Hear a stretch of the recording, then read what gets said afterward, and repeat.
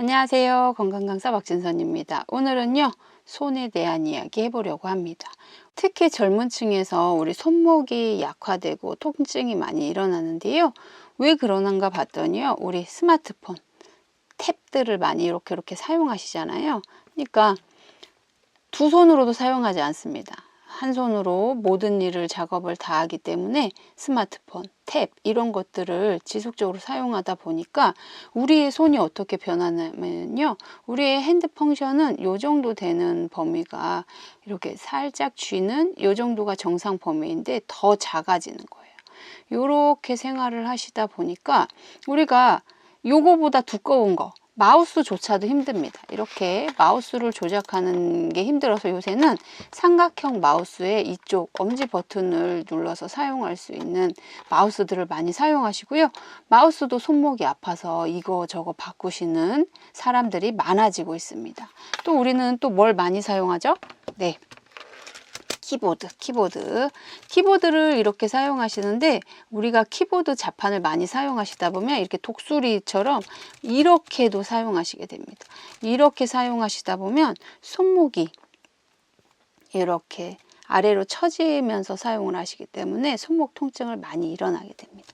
그래서 우리가 키보드 사용하시고 우리 스마트폰, 탭 이런 거 계속 들고 다니시고 그러면 요렇게 해서 여기가 요렇게 좁아지거든요. 그러면 몸에서 통증이 발생하고 손목에 불편함이 일어났을 때 우리는 어떻게 해야 될까요? 네. 처음에는 무조건 우리의 구조적인 문제가 발생하지 않았는지 반드시 확인을 해 주셔야 돼요.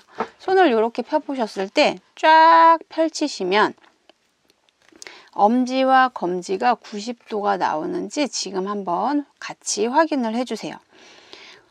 어떤 분들은 90도 만들어주세요. 그랬더니 손을 이렇게 꺾어가지고 이렇게 90도를 만드시더라고요. 그런데 이게 아니고요. 바닥면에 다 닿으신 상태에서의 90도입니다.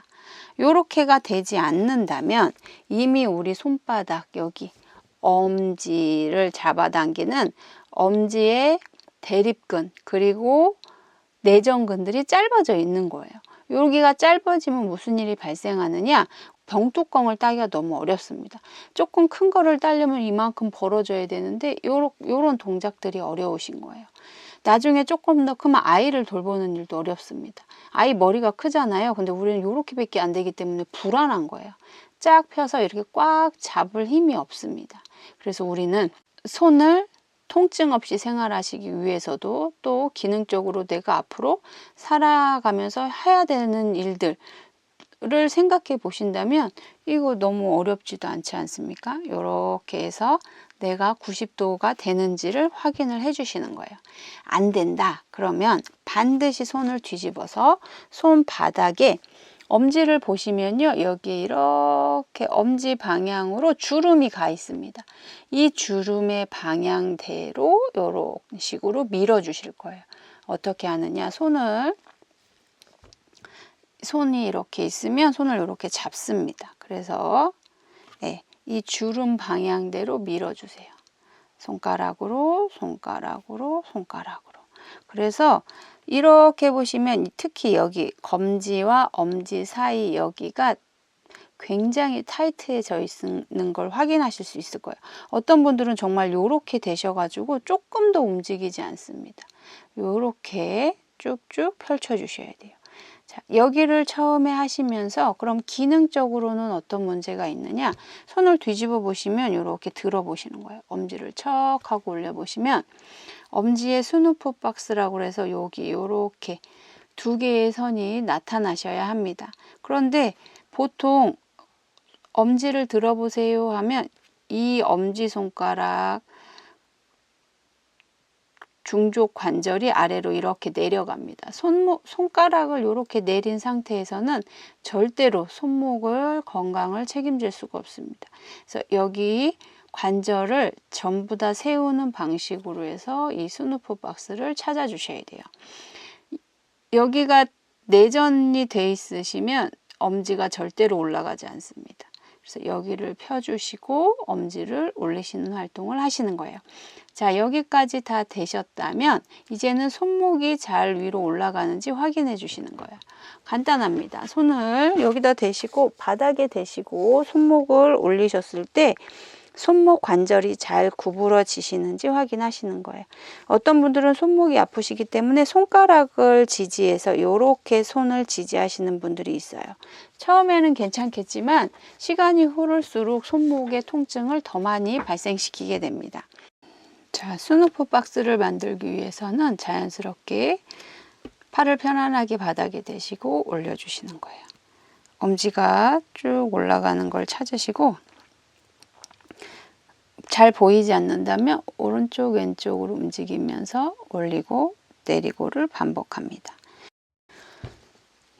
엄지를 들어 올리실 때 우리 여기 두 개의 장모지 신근과 단모지 신근이 잘 나올 수 있도록 우리 요 아래 단모지 신근 부위를 잡고 올려주시고 요 위에 장모지 신근의 자리를 잡고 올려주시는 걸 반복하시는 거예요.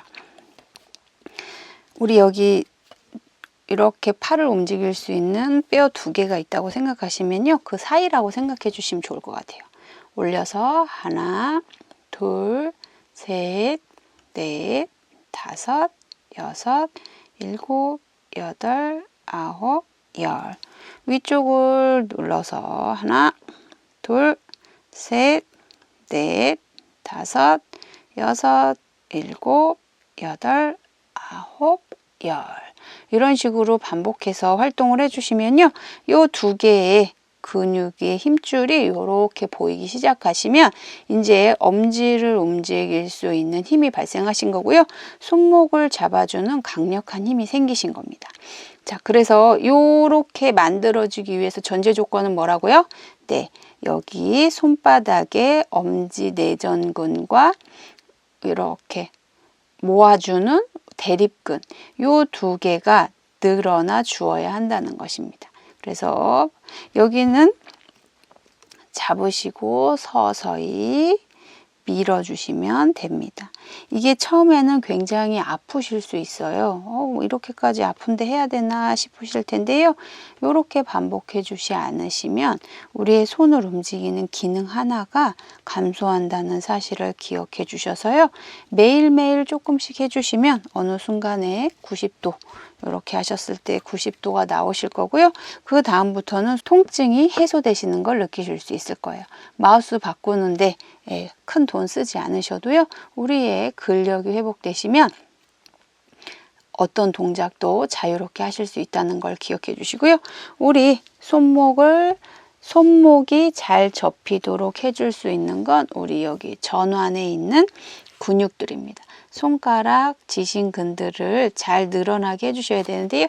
키보드를 이렇게 치실 때 손목이 이렇게 아래로 처지면서 늘어나는 상황이 발생한다면 계속 통증이 있으실 거예요. 그래서 이런 분들은 위쪽에 제일 통통하신 부분이 근육이 가장 많은 데라고 생각해 주시면 되고요. 위에서 아래 방향으로 그냥 이렇게 쓸어주는 느낌으로 반복을 해주신다면 손목을 훨씬 더 많이 정확하게 이렇게 짚어서 주름이 질 수 있을 때까지 하실 수 있을 거예요. 이렇게 되실 때만 손을 좋게 만드실 수 있습니다. 우리 때때로 도구를 이용하실 수도 있는데요. 이렇게 폼롤러 같은 데다 이렇게 굴리시는 분들이 있으세요. 근데 굴리실 때도 방향을 아래 방향으로만 굴려주시는 게 도움이 된다는 걸 기억해 주셨으면 좋겠습니다. 올리고 내리고 하시면요. 여기 뭉친 부분이 시원해져서 풀릴 수는 있지만 근육을 눌릴 수 있는 것에는 큰 도움이 되지 않습니다. 근육을 늘려주고 우리의 움직임을 회복해서 장기적으로 통증을 없애고 싶으시다면 아래 방향으로 밀어주시고 떼고 밀어주시고 떼고 하는 방식으로 활동해 주시기를 권장드립니다. 그럼 처음부터 복습해 볼까요? 처음에 손을 쫙 벌리셔서 두 번째 손가락, 엄지손가락 90도를 확인한다. 이게 잘 되지 않을 경우엔 손바닥을 펴서 우리의 내전근과 대립근을 펼쳐서 우리의 관절 가동 범위를 회복한다. 회복이 끝났다면 엄지를 올려서 스누퍼 박스를 확인한다. 여기에 2개의 힘줄이 보이지 않는다면 문제가 있다. 어느 때 그러느냐, 여기가 엄지의 중간 관절이 아래로 눌리지 않도록 충분히 세웠을 때 이 부분이 드러난다. 되지 않는다면 다시 한번 늘려주고 이 힘줄이 회복될 때까지 반복하여 엄지를 든다. 힘이 들거나 떨린다면 엄지손가락 신전근의 위치, 여기 중간에 한 번, 그리고 위쪽에 한 번, 2번을 찾아서 엄지손가락이 회복될 때까지 반복하여 매일매일 올려준다. 일주일에서 2주일 정도만 하시면요, 우리의 여기 힘줄은 보이게 돼 있습니다. 자꾸 반복해 주신다면 손으로 무언가 하는 모든 활동에 부담 없이 할 수 있다는 걸 기억해 주시고요. 도움이 되셨다면 좋아요와 구독 눌러주시고요. 소소하지만 확실한 정보 알고 싶으신 분들은 알람 설정까지 해주시면 감사하겠습니다. 그럼 저는 다음 시간에 찾아뵙겠습니다. 감사합니다.